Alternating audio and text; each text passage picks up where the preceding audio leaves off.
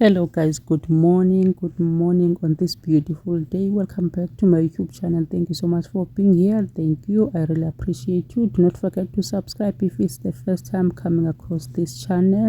We all watched iBafana Bafana yesterday xa ibidlala neMexico, and izamile yena shem ngendlela yayo, izamile at least u-2-0 yo ngendlela ebenibukele ngayo. I prayed bangafumana u-5-0 or 6-0, so at least lo 2-0 noko siyakwazi umginya u-2. Yo indlela ebebadlala ngayo, hayi ibingaginyisi imathe. Noxa suka ndingayazi nje ndizolo, it was my first time ndibukela nje ibhola iqale ide yophela ndiyibukele. Yo andagula I upload abantu abakwazi ubukela isoka. Ebenisoka ibukelwa njani?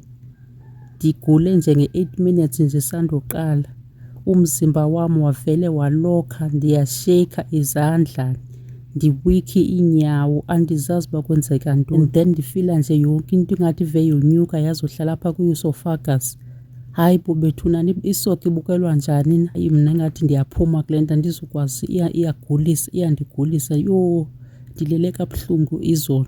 And apha endlini ba-keep on saying ungayibukeli nge-emotions, sufake i-emotions. Kuthini ibhola ungayibukeli nge-emotions? Ibukelwa njani i-emotions uzithathe uzibeke phi zona xa ubukele?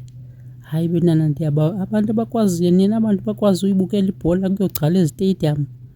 Hayi mna andinawulunga, hayi akukho mnandi ubukela ibhola, kubuhlungu ubukela ibhola. I wish izolo bendinayo noba yi-ashwagandha, ndifake i-ashwagandha. Yho kanti kunje ubukela ibhola, or ndim ke ndiwiki, inoba ndiwiki for yona. Hayi mna I'm tapping out guys. Into endizawumane ndiyimamela siscore, anawuphinda ndihlale yonke lala 90 minutes ndihlale ndiphinde ndizithotsharishe ngalaa ndlela. Ndithi bekubuhlungu yonke into mani, ndine-pain nalapha emqolo, ndine-pain nje konke, ndiyangcangcazela umzimba lo wonke, uyancancazela, amalungu awiki.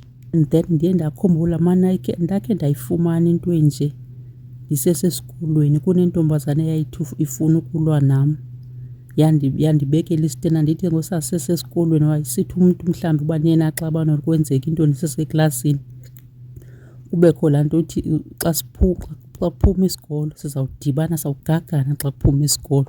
Wawuyisa ipeni le ntombazana eklasini, ndayinyathela ndingayiboni. Yakhona laa peni kwakuthiwa yi-glass pen, ndayinyathela ndingayiboni, yathi krwam. Yho iklasi yaphakama yonke, kwathiwa yho yantyontyela. Yeyi waphefoma umntana abantu, wathi uyayibona into eyenzileyo, phuma kwesikolo ndim nawe sawugagana.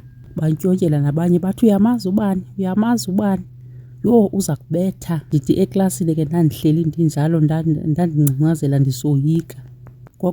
Kwavele nje kwaba wiki yonke into. Nayizolo ke ndathi le nto yekhe yenzeka ndisesesikolweni, meaning inoba ndiligwala na bethuna. Ukoyika kwam kuvele kuqhawula amalungu la. Yho hayi mntakabawo. Ndithi kweso sikolo ndaphuma ndandilinda umiss ewayedlula ngasekhaya, ndimlinde ndixolele ndifuna umphathisa. Ndithi ndifuna umphathisa ibhegi. Iveki yaphela kuba ndisoyika udibana naloo ntombazana indibonisa amaqhekeza engqele.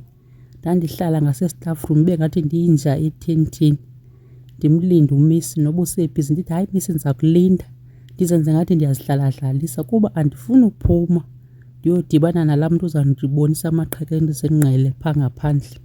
Kuyitotsha le. Hayi mntakabawo ndiyaphuma mna, bukelani nina. Umntu endizawumane ndiyenza mna ukujonga isko, andinawuphinda ndihlalele ukujonga. Ndikulile guys mna yesterday, indigulisile le nto.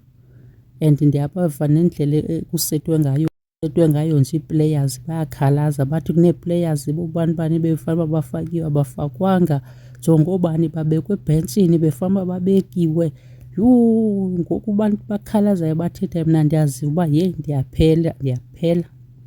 So enabhabhayini bethunana neBafana Bafana yini, ndizawuva ngani uba into ithini? Enkosi, thank you so much for watching. Do not forget to subscribe. Until next time, bye bye for now.